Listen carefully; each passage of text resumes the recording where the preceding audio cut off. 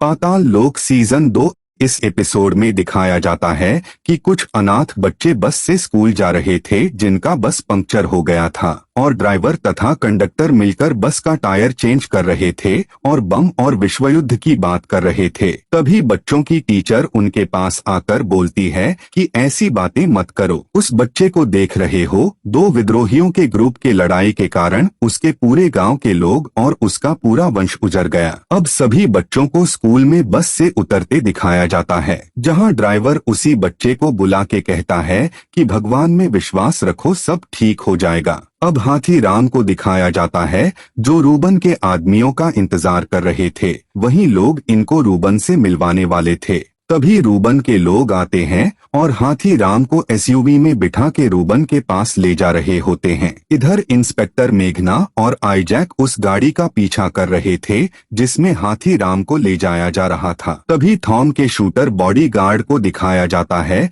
वो भी इन्हीं लोगों का पीछा करता है। इंस्पेक्टर मेघना और आईजैक थॉम के अड्डे के पास आते हैं जो कि एक स्कूल होता है जहां हाथी राम को लाया जाता है। तभी रास्ते में इनको थॉम के बॉडीगार्ड की गाड़ी दिखती है। इधर ये शूटर बॉडीगार्ड अपनी स्नाइपर से किसी पर निशाना लगा रहा था। अब रूबन उस कमरे में आता है जहां हाथी राम को रखा गया था, जो कि रूबन से अकेले में बात करने के लिए कहते हैं। अब हाथी राम रूबन से पूछते हैं कि अंसारी को किसने मारा, तो वो स्नाइपर के बारे में बताता है। फिर पूछते हैं कि बजोरिया को रेड्डी का होटल न लेने के लिए क्यों धमकाया। रूबन कहता है कि वो होटल मेरे बाप के पैसे से बना है। अब हाथी राम कहते हैं कि तुम रोज को कब से जानते हो, तुम्हारी बहन रेचल की दोस्त थी न वो, तुम्हारी माँ उसको पिछले 8 सालों से हर महीने 1 लाख रुपए भेजती थी, पता है तुमको। अब हाथी राम रूबन के बाप के काली करतूतों के बारे में बताते हैं तो वो गुस्सा होने लगता है। अब हाथी राम कहते हैं, पता है तुम्हारी बहन ने सुसाइड क्यों किया, इसलिए नहीं कि तुम्हारे पिता ने उसके दोस्त यानी रोज के साथ गलत किया, उसने इसलिए सुसाइड किया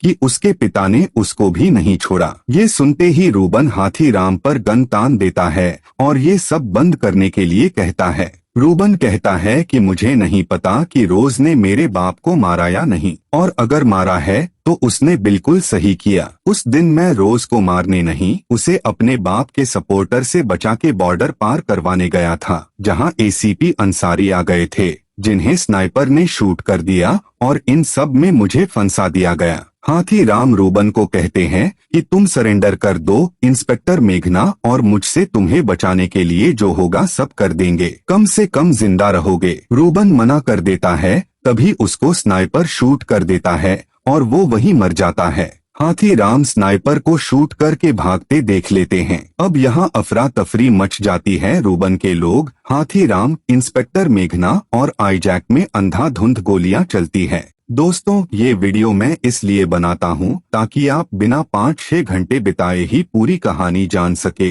और आपका समय बच सके। इसलिए प्लीज इस चैनल को सब्सक्राइब करके मुझे सपोर्ट करे।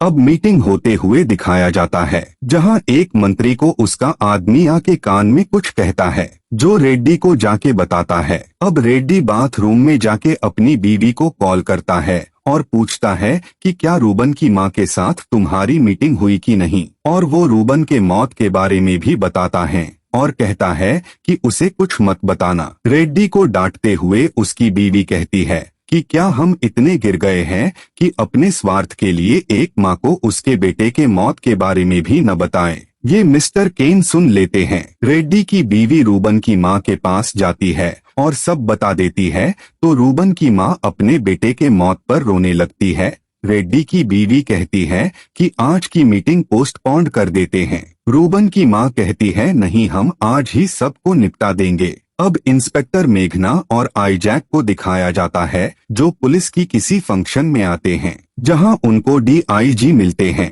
मेघना बताती है कि हमने रूबन को नहीं मारा, उसे स्नाइपर ने मारा है और मुझे आपके ऑर्डर फॉलो करने का कोई शौक नहीं है। अब हाथी राम को इंस्पेक्टर व्रिक का कॉल आता है जो रेड्डी के बारे में बताते हैं कि उसके खिलाफ दिल्ली नारकोटिक्स डिपार्टमेंट ने फाइल तो बनाई थी, लेकिन ऊपर से ऑर्डर आने पर वो फाइल गायब कर दी गई। अब हाथीराम को दिखाया जाता है, जो मेघना को रेड्डी के बारे में मिली जानकारी देते हैं। मेघना ये भी बताती है कि अब हाथीराम को दिल्ली चले जाना चाहिए क्योंकि DIG को पता चल गया है। मेघना ये भी बताती है कि स्नाइपर कोहिमा टूर और ट्रैवल की गाड़ी में आया था। हाथीराम समझ जाते हैं कि ये बिट्टू ही स्नाइपर को सबकी खबर दे रहा है। वो उसे खूब मारते हैं तो बिट्टू बताता है कि मुझे नहीं पता था कि अंसारी सर को मार देगा। उसने मुझसे कहा कि अगर मैं उसे सबकी खबर देता रहा तो वो मेरे सारे केस रफा दफा करा देगा। अब इंस्पेक्टर मेघना को आईजैक का कॉल आता है, जो कि किसी मलिक के बारे में बताता है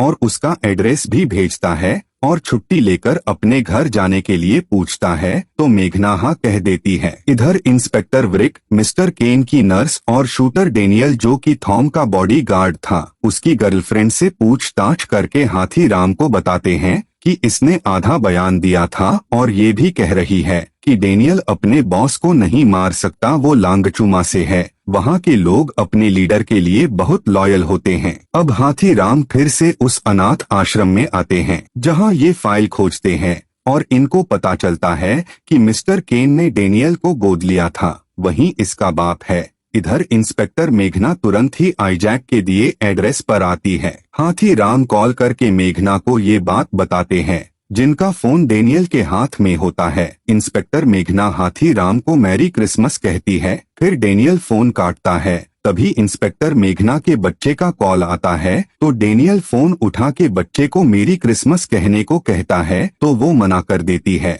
और कुछ कह रही होती है। इतने में डेनियल इनको गोली मार देता है। इतने में ये एपिसोड खत्म हो जाता है। तो दोस्तों, ये वीडियो आपको कैसा लगा कमेंट करके बताएं। चैनल को सब्सक्राइब और वीडियो को लाइक करें।